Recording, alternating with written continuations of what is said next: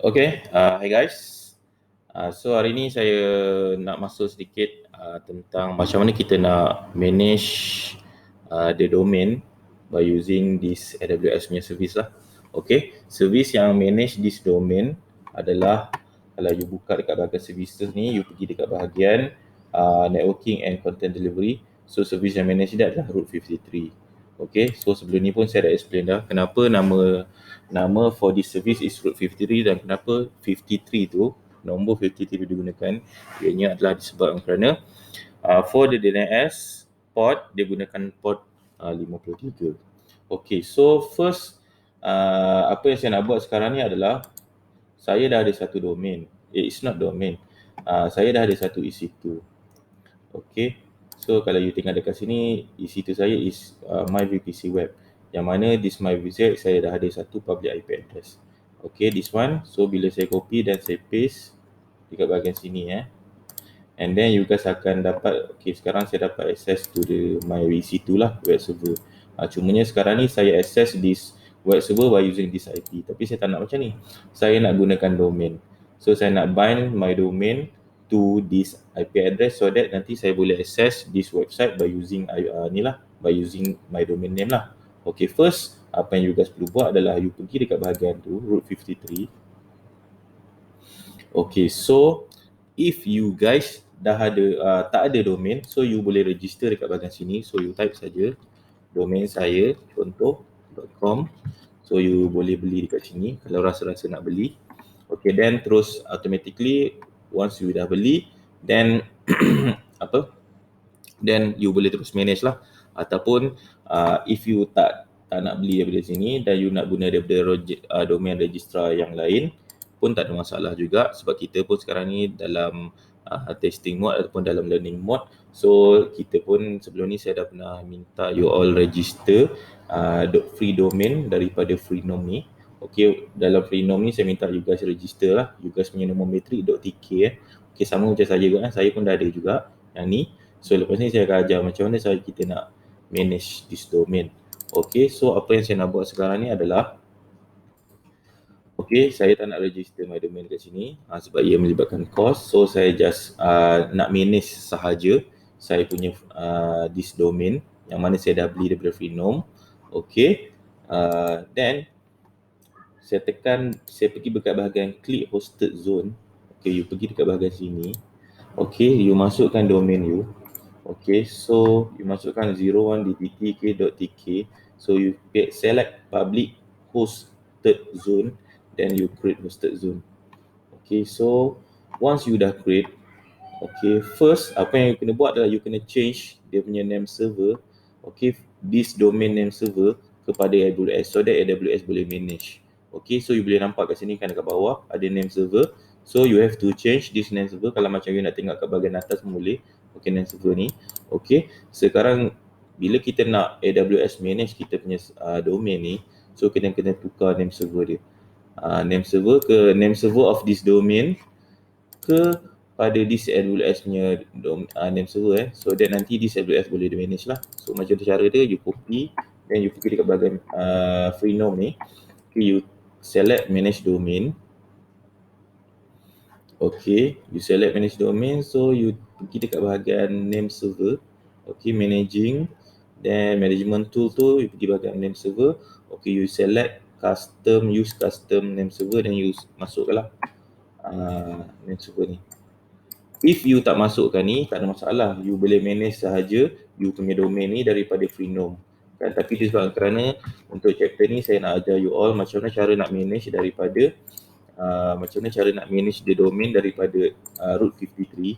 So that's why saya minta you masukkan. Kalau tak, dia tak perlu masukkan, tak apa, you boleh terus manage dari sini pun sama juga. Okay, then change. Okay, once you dah change, okay, selesai bab tu. Dan sekarang ni, okay, kita dah let di Route 53 untuk manage kita punya domain. So second one, macam mana cara nak buat? Okay, sekarang kita kena bind. Okay, bind this domain. Okay, kita kena bind this domain to this IP address lah. Okay, itu adalah apa yang kita perlu buat sekarang. Okay, first macam mana cara dia? You create a record. Okay, you ambil simple routing. Okay, Then you select sini, you click define routing. This one you biar dia kosong, tak perlu apa-apa. Then you select IP address dan you pilih lah. This one is record type, this should be A record. Sekarang saya nak buat A record. So untuk TTL ni time to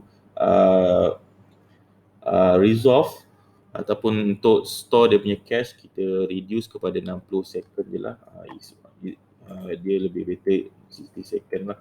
Okay, then click define, then you define lagi satu, yang ni you masuk www, and then kat sini you tukar kepada cname, and then this endpoint you select alias, or it's not alias though, you masuk saja IP pun tak ada masalah. Okay, then selesai macam ni. Okay, then this one pun sama juga, you tukar kepada 60 second, then you define record. Okay, yang ni saya kena edit balik, ni silap ni. Okay, sebab dia ada HTTP. So you buang saja, you masukkan IP address saja. Okay, then you edit record. So dah ada dua record ni, 0 A record, visit for this, then cname for this www, then you create record. Okay, once you dah selesai, so you akan ada dua record, yang mana for this domain dia akan redirect terus to this IP address, iaitu myEC2. Dan kita ada juga lagi satu domain www for this cname. So saya redirect juga sama juga kepada this EC2 lah, kalau you guys nampak kat sini. Okay, so selesai bab tu, kita tunggu dia resolve dululah. Mungkin ambil masa sedikit.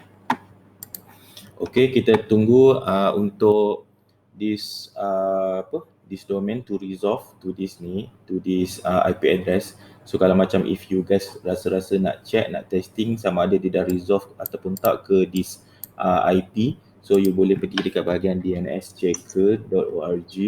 So you masuk saja IP address, so you check for this A record, then you search. Okay, you click search, you akan nampak sekarang ni sama tak IP dia dengan, dia dah resolve tak dengan IP 219.147 ni, nampak? Okay, if dia dah resolve, mostly if kebanyakannya dah resolve, supposedly dia tak ada masalah lah. Okay, sama juga untuk cname, kalau you masuk this www. Dan you tukar cname, you tengok dia dah resolve ataupun belum. Okay, sekarang cname pun dia dah resolve. So, apa yang you guys perlu buat sekarang adalah you pergi dekat bahagian, you pergi dekat browser you cuba masukkan you punya IP yang you setting. Okay, sekarang tengok. Sekarang saya punya address, okay, dah resolve. Okay, you nampak sekarang ni dah resolve lah. Sekarang once saya masuk 01DDT 20F2020, dia akan pergi ke saya punya IP ni. Okay, it's the same, you tengok kat sini. Sama saja dua-dua. Satu is reachable by using this IP address. The second one is reachable by using this domain name. Itu adalah macam mana cara kita nak manage manage the domain name by using this root 53. Tapi perlu diingatkan, this root 53 ianya kalau ikutkan berbayar. Okay, dia tak ada dekat dalam free tier. Okay, so once you dah guna, kalau boleh you delete teruslah, so that kita tak ada guna dia lama. Macam mana cara nak delete? First you kena delete dulu record. Okay, sebagai contoh sekarang saya ada dua record ni, so saya delete record ni. Okay, saya klik dulu record. Okay, sekarang dah tinggal yang default punya, dan baru you tekan delete.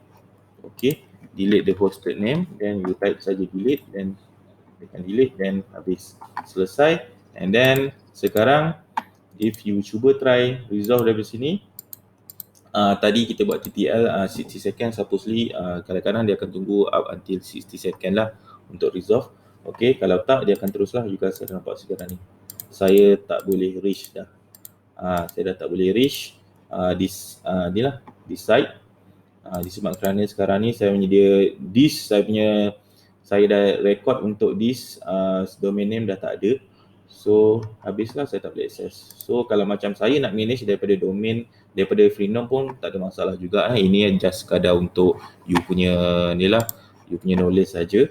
Kalau you tak nak manage daripada root 53, so you boleh pergi dekat bahagian name server, you select saja use default name server, then you change name server.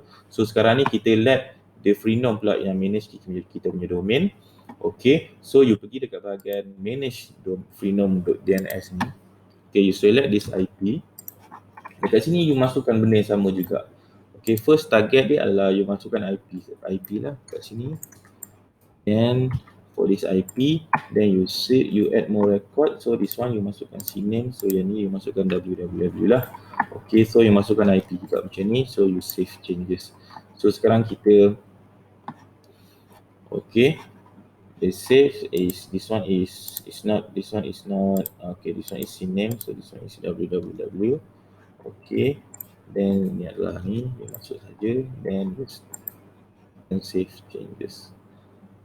Okay, so selesai. Kalau ikutkan sekejap, error occurred in valid value. Ini if you guys jumpa error macam ni, so sekarang ni you just cuma ada satu record saja for a record, and then CNAME you tak boleh buat, tak ada masalah. CNAME tu just kita nak manage ataupun kita nak resolve www, tapi bila kita dah ada satu ni pun tak ada masalah juga. You boleh pergi dekat sini, okay, you cuba try refresh. Okay, nampak sekarang dia dah berubah. Sekarang saya dah boleh resolve dah juga, nampak kat sini. Okay, cumanya beza dia adalah bila once saya type www, okay, .tk, so dia tak boleh nak resolve lah sebabkan kerana saya punya CNAME tak ada dekat bahagian sini. Dekat bahagian prenom ni saya punya CNAME saya tak buat pun, so dia tak boleh resolve www.13 lah. www is not ni, so untuk dia inilah www.sini. Okay, so dia tak boleh nak resolve. Okay, you nampak www.01 dt20f200tk dia tak boleh nak resolve disebabkan kerana kita tak masukkan dia punya record dekat dalam sini, dalam freenom. Okay, tapi kita cuma masukkan record for this nakednya address saja. Okay, dia tak ada www. Okay, so dia cuma boleh resolvable by using this saja, this naked address. Okay, itu sahaja untuk pembelajaran kali ini. This one is for your lab 7. You guys cuba buat, and then itu sajalah untuk video ni. Thank you very much.